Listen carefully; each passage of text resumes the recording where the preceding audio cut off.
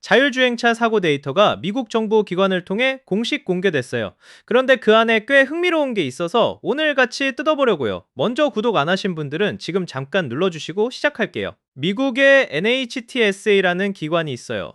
우리말로 하면 국가도로교통안전청인데 쉽게 말해 미국에서 자동차 안전을 책임지는 연방기관이에요.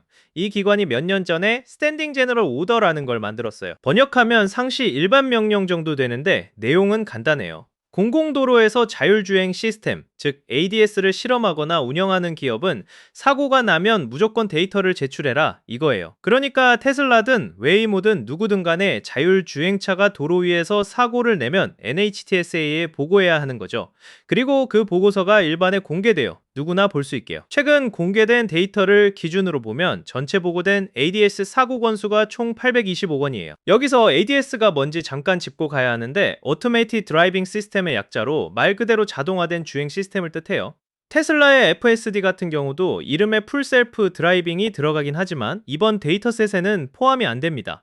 이유가 있는데 잠깐 뒤에서 설명할게요. 일단 825건 중에 웨이모가 697건을 차지해요. 그 다음이 어브라이드 41건, 주옥스 32건, 그리고 테슬라가 18건이에요. 숫자만 놓고 보면 웨이모가 압도적으로 많아 보이는데 이게 웨이모가 훨씬 위험하다는 뜻은 아니에요. 맥락을 봐야 해요. 웨이모는 지금 샌프란시스코, 피닉스, 로스앤젤레스 같은 대도시에서 완전 자율주행 로보택시를 수백만 마일 단위로 운행하고 있어요.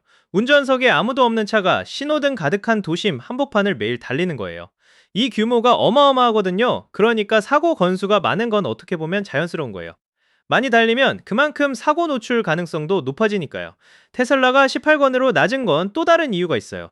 테슬라 로보택시 서비스 자체가 아직 기대보다 훨씬 느린 속도로 출시되고 있어요. 기대를 많이 받은 것에 비해 실제 L4 수준의 비감독 자율주행 차량이 도로 위에서 운행 중인 숫자가 아직은 굉장히 제한적이에요. 그리고 아까 FSD가 왜 이 데이터에 없냐고 했는데 이게 핵심이에요. NHTSA의 이번 데이터는 L4 수준의 완전 자율주행 차량, 즉 운전자가 시스템을 감독할 필요가 없는 비감독 자율주행에 해당하는 사고만 수집해요. 테슬라 FSD는 레벨 2 플러스 시스템이에요. 운전자가 항상 주시하고 개입할 준비를 해야 하는 방식이라 이 데이터셋 기준에서는 아예 제외되는 거예요. 그러니까 테슬라 FSD 사고는 왜 안 나오냐고 물으신다면 그건 아예 다른 카테고리의 데이터에 있어요. 자, 그럼 각 회사별로 뭐랑 충돌했는지를 봐요. 웨이모는 대도시 중심부를 주로 운행하다 보니 충돌 상대도 도시명이에요. 승용차와의 충돌이 229건, SUV와의 충돌이 161건, 그 외에도 대형 트럭, 시내버스 같은 차량들과의 충돌 사례가 수십 건씩 있어요. 복잡한 교차로 밀집된 주거지역, 자전거 도로가 섞인 환경에서 매일 운행하는 차들이니 이런 패턴이 나오는 거예요. 테슬라는 18건이라 표본이 작긴 한데 그래도 패턴이 보여요. 가장 많은 유형이 기타 고정 물체와의 충돌로 5건, 그 다음이 SUV와의 충돌 사건이에요. 자전거 이용자와 충돌한 사고가 1건, 동물과의 충돌이 1건, 버스와의 충돌이 1건 있어요. 부상 현황도 봐야 하는데 다행히 대부분의 사고는 물적 피해로 끝났어요. 테슬라의 18건 중에서 16건은 부상자가 아예 없었어요. 부상이 발생한 건 2건인데 한 건은 경상으로 입원이 필요했고 나머지 한 건은 입원 없이 경상으로 처리됐어요. 심각한 사고는 없었던 거예요. 그리고 18건 전부에서 자율주행 시스템의 상태가 Verified Engaged, 즉 실제로 시스템이 작동 중이었던 것으로 확인됐어요. 사고 당시 자율주행이 켜져 있었다는 게 공식적으로 확인된 거죠. 웨이모는 샘플이 크다 보니 결과도 다양하게 나와요. 697건 가운데 613건은 물적 피해만 발생했어요. 하지만 입원이 필요한 부상이 생긴 사고가 23건, 경상 사고가 51건 있었어요. 그리고 사망 사고가 1건 보고됐어요. 이 한 건이 사망 사고가 어떤 상황에서 발생했는지는 보고서를 더 들여다봐야 알 수 있지만 수백만 마일 운행 데이터에서 나온 결과라는 점은 알아둘 필요가 있어요. 자, 이제 이번 데이터에서 진짜 눈에 띄는 부분으로 넘어가요. 숫자보다 더 이야기거리가 많은 부분이에요. NHTSA 보고서에는 내러티브라는 항목이 있어요. 회사들이 사고가 어떻게 발생했는지 직접 설명을 적는 칸이에요. 자유서술 형식으로 된 이 항목은 사실 굉장히 중요한 정보가 담길 수 있어요. 어떤 상황에서 어떤 판단 오류가 있었는지, 주변 차량이 어떻게 움직였는지 등등을 설명할 수 있거든요.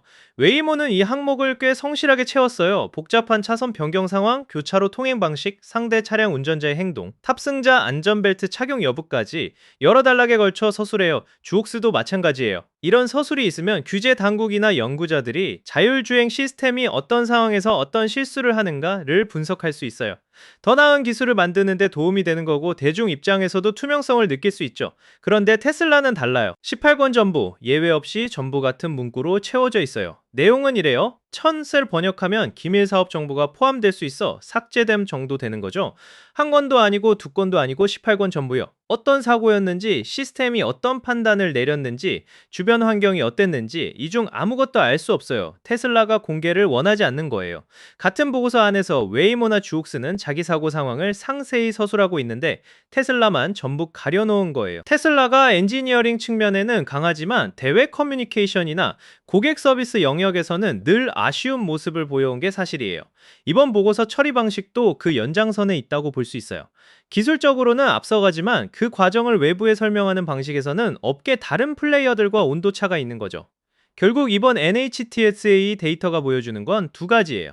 하나는 숫자 자체예요. 825건이라는 총 ADS 사고 데이터는 자율주행이 완벽하지 않다는 걸 보여주지만 동시에 이 기술이 얼마나 많은 마일을 실제 도로 위에서 달리고 있는지도 보여줘요. 웨이모 혼자 697건을 기록하면서도 수백만 마일을 달리는 로보택시 서비스를 계속 운영하고 있다는 건 그 사고율 자체를 다른 기준으로 평가해야 한다는 뜻이기도 해요. 다른 하나는 투명성이에요. 숫자 뒤에 어떤 설명이 따라오느냐, 그 설명을 기꺼이 공개하느냐 아니냐가 기업 신뢰에 문제가 되어 테저 채널에서 자율주행 관련 소식을 계속 다루는 이유 중 하나가 바로 이거예요. 기술의 발전만큼이나 그 기술이 어떻게 다뤄지고 설명되는지가 결국 우리 일상에 미치는 영향이 크거든요. 오늘 영상이 도움이 됐다면 좋아요 한번 눌러주시고 앞으로 자율주행 뉴스 계속 보실 분들은 알림 설정도 해두시면 올릴 때마다 바로 보실 수 있어요. 다음 영상에서 봐요.